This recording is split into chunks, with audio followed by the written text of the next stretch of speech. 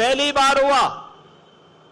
कि विभाजन के शिकार उन लोगों को जो पश्चिमी पाकिस्तानी शरणार्थी के रूप में 1947 से पहले 1947 के बाद भी जम्मू कश्मीर और देश के अलग अलग भागों में निवास कर रहे थे,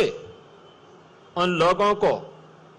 सिटीजनशिप अमेंडमेंट एक्ट के माध्यम से भारत की नागरिकता देने का काम भी देश के यशस्वी प्रधानमंत्री श्री नरेंद्र मोदी जी ने देश के अंदर प्रारंभ किया। उनको अस्थायी आवास की सुविधा दी। बेघर बार लोगों ने अपनी मेहनत, अपने पुरुषार्थ से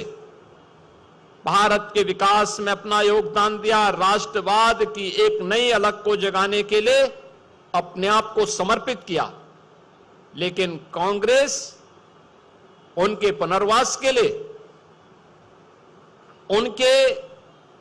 स्मृतियों को बनाए रखने के लिए, उनके संग्रहालय के लिए कभी भी कांग्रेस ने कोई प्रयास नहीं किया। आज यहां पर इस प्रदर्शनी का शुभारंभ यहां पर उत्तर प्रदेश सरकार और भारतीय जनता पार्टी ने वर्तमान पीढ़ी को इन सब बातों से अवगत कराने के लिए आदरणीय प्रधानमंत्री जी की प्रेरणा से हर जनपद में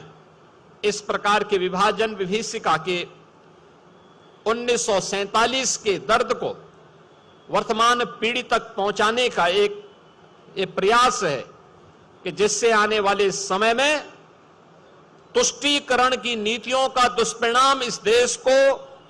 किस प्रकार की कीमत चुका करके करनी पड़ी थी, यह देश इन सभी चित्रों का अवलोकन करके डिजिटल आर्काइव के माध्यम से और इन यहां पर लगी हुई प्रदर्शनियों के माध्यम से, हर जनपद में लगी हुई प्रदर्शनियों के माध्यम से अवगत हो सके, अपने वर्तमान को सुरक्षित रखने, आने वाली पीढ़ी के भविष्य को उज्जवल बनाने की उस रणनीति का हिस्सा बन सके। इस दृष्टि से विभाजन विभीषिका स्मृति दिवस के इस कार्यक्रम के साथ इस प्रदर्शनी का अवलोकन करने, इसका शुभारंभ करने के लिए आज हम सब यहां पर उपस्थित हुए हैं। उन सभी ने, उन परिवारजनों के प्रति जिन्होंने अपने परिवार के सदस्यों को इस भीषण विभीषिका में खोया था,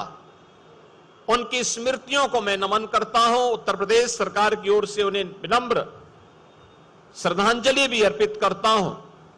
और आदरणीय प्रधानमंत्री जी ने सीए के माध्यम से उन परिवारों के पुनर्वास के लिए जो योजना बनाई है, उत्तर प्रदेश सरकार ने भी इस बात को सुनिश्चित किया है कि सीए के अंतर्गत हम उन सभी परिवारों को जो उत्तर प्रदेश के अंदर रह रहे हैं, जिन्होंने विभाजन की त्रासदी या उसके उपरांत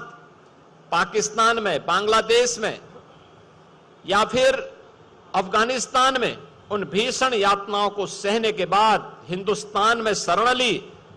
और सिटीजनशिप अमेंडमेंट एक्ट के अंतर्गत वे पात्रता की श्रेणी में आते हैं, उन सबको जमीन के पट्टे उपलब्ध करवाने, उनके उचित पुनर्वास की व्यवस्था के लिए उत्तर प्रदेश सरकार प्रतिबद्ध है।